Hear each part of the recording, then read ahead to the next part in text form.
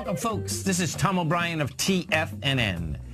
We go 5 days a week. We go 10 hours a day. We go 24 hours a day on the internet at TFNN.com. Always remember, folks, whatever you think about, you bring about. Whatever you focus on grows. Excuse me, folks. Hope everyone's having a great day, safe day. Let's make it a great night. This is a quote by Richard Bach. To bring anything into your life, imagine that it's already there. This is a beauty, folks.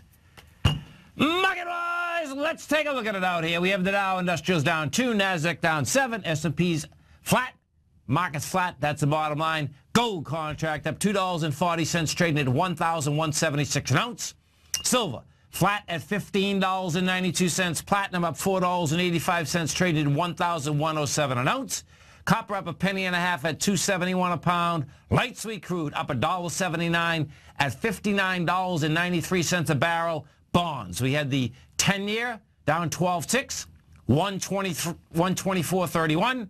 30-year off a full point and 8 ticks, 148.25. King dollar down 133 ticks, trading at 95.19. The euro flat at 112.79. The yen is at 124.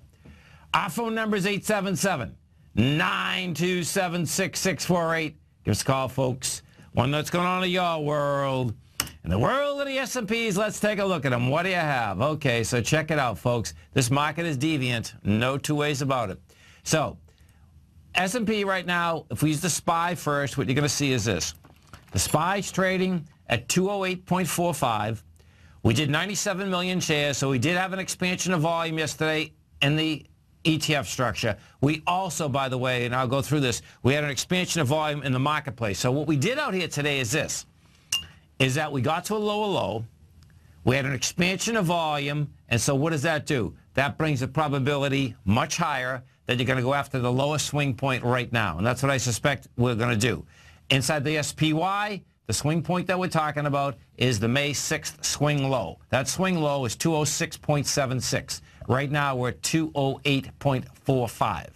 Bottom line, I suspect tomorrow morning, we're going to go after it. The volume characteristic there is pretty, it's big. It's 135. We only did 97 today. So we'll see if we get into that with volume or not. The Qs, the NDX 100, same setup inside the NDX 100. You have harmony across the board out here today, too, by the way, folks. NDX 100, what did that baby do today? That goes down 18 cents. Not that that's a lot. It's not a lot. Bottom line, though, also had an expansion of volume.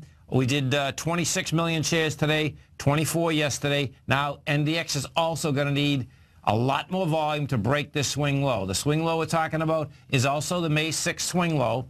That number is 106 even, and right now we're at 108.01. We went to 107.20. I suspect, well, it's going to run down to that number. That number at that swing low, folks, is 42 million. So that is also going to need a very large expansion of volume in order to be a valid break downtown. We go and take a look at the gold market. What do we have with gold? Bottom line, we need buyers in gold. We don't have sellers. They can't whack it down, but guess what? Simultaneously, bottom line is that we need wide price spread, accelerated volume. Right now, we're trading at 11.75.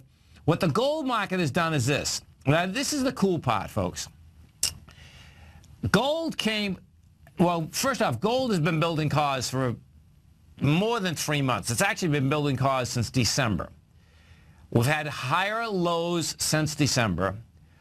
The higher lows since March. Yeah, higher lows since March. And the equity market has been higher lows since December, which is pretty cool. But the metals market was higher lows since March. You're backing into the March 19th sign of strength, and you're doing that with dramatically lighter volume. That's what we had done on Friday. It couldn't break it down. If you take a look at the GLD and you want to see how this correlation shakes out, because I know most of you absolutely have the equity volumes, what you'll see is this, is that when the GLD came down on the daily, it came down with 5.5 million. That was last Friday.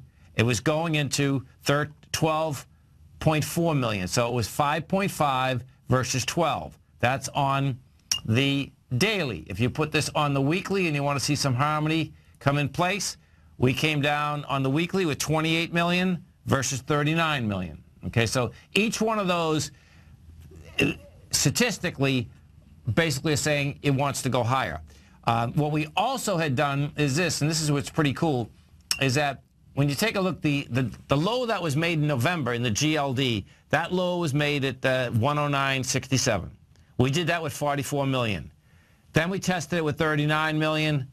Last week we tested it with 28 million. So your correlation is 28 million, 39 million, 44 million. You can see that you don't have sellers there. Now, that's the first part. Second part's more important. And what it is that when we went topside in January, we have juice up there in January. So, yeah, January. When we went topside up to 125, that was volume 125. That was also a valid break of the downtrend that started at 1330, and we haven't negated that yet. So the way that is set up is that sets up now that GLD wants to go to 12 or 125, which is 1250 inside the gold market, and it also wants to get up to this 132, which would be the 1330 inside the gold market. So it's going to be pretty neat watching this whole thing shake out.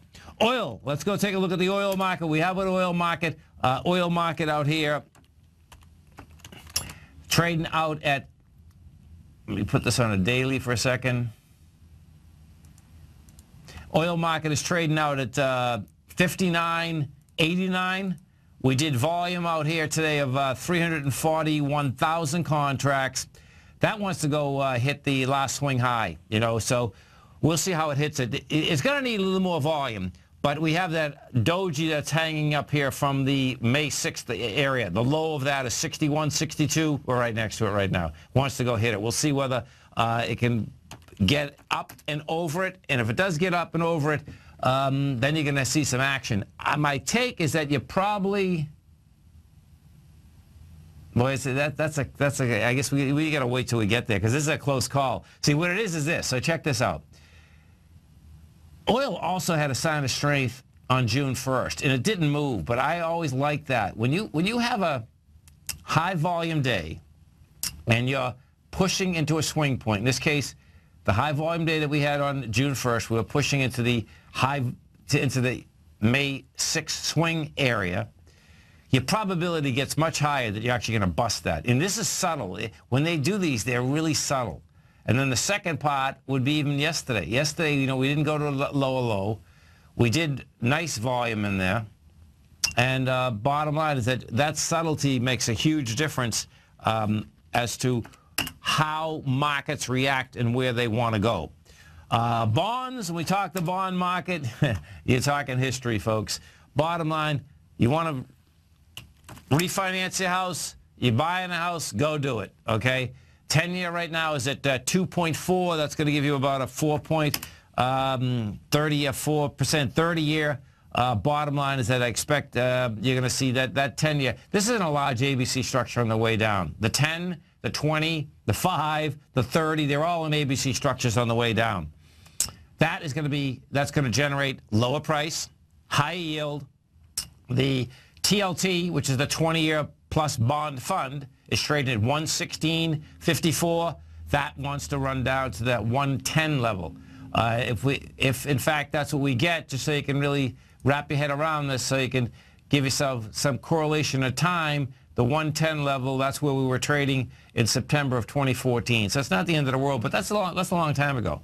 And, you know, once this thing gets rolling, I suspect what we're going to have is this. The Feds themselves more than likely won't hike the rates. The market looks like it's going to hike the rates first. In fact, the way the market is trading right now, it looks like the bonds are throwing the torch on the stock market. That's how this market's actually trading. If we go take a look at the King Dollar, and here's where we have some divergence. You have rates that are going up, which normally would say that, okay, rates going up makes stronger currency. Well, guess what? Inside the dollar, it's not there. The dollar is an ABC structure on the way down. The dollar had done a counter-trend bounce last Friday, went up 1,600 ticks. Guess what? That's wiped out. Right now, we hit a low today of 94.86, 94.67. We're only 200 ticks. You know, 1/5 of a penny away from the swing low of 94.76. And the volume's low there. I suspect tomorrow it's going to go after it with a vengeance. You stay right there, folks. We'll come right back.